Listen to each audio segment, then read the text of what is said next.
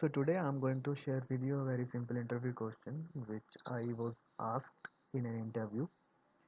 Okay, so interviewer asked me how we can change a date format. So exact question was, suppose we have a variable, we have a date variable which is receiving the current date. Okay, right. In this date variable we have stored a current date. Now I want to change the format of that current date. How I can do it? Okay.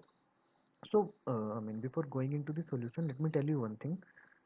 In eSQL, if I am storing something inside a date variable, so by default that will be stored in this format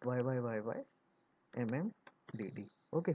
Now if I want to change from this format to some another format, maybe like this format dd, right? Here instead of 4y I want only 2y's, means two characters of a month. Current month is 2020, so I will be getting only 20 here. Or maybe some another format like DD, YYYY. 3M's means it will show the month name in English character. First three letters of a month. If it is May, then MAY. If it is June, then JUN. If it is January, then it is JAN. Okay? Any format, any format. If I want slash, something like something like that. So can I change from this format to these formats? Can I change? Do I have any option? Yes, I have any option. So let's get into the solution. See, this is very simple thing. So I have declared a variable. In this variable, I am storing a current date. Okay, current date is a function available in eSQL. So if I execute this line, then in my this variable, this thing will be stored. My current date. Today's date is 19th of May. So in YYYY format, my date will be stored in this variable. Now from this format I want to change to a different format. So in output, right, I am sending this thing.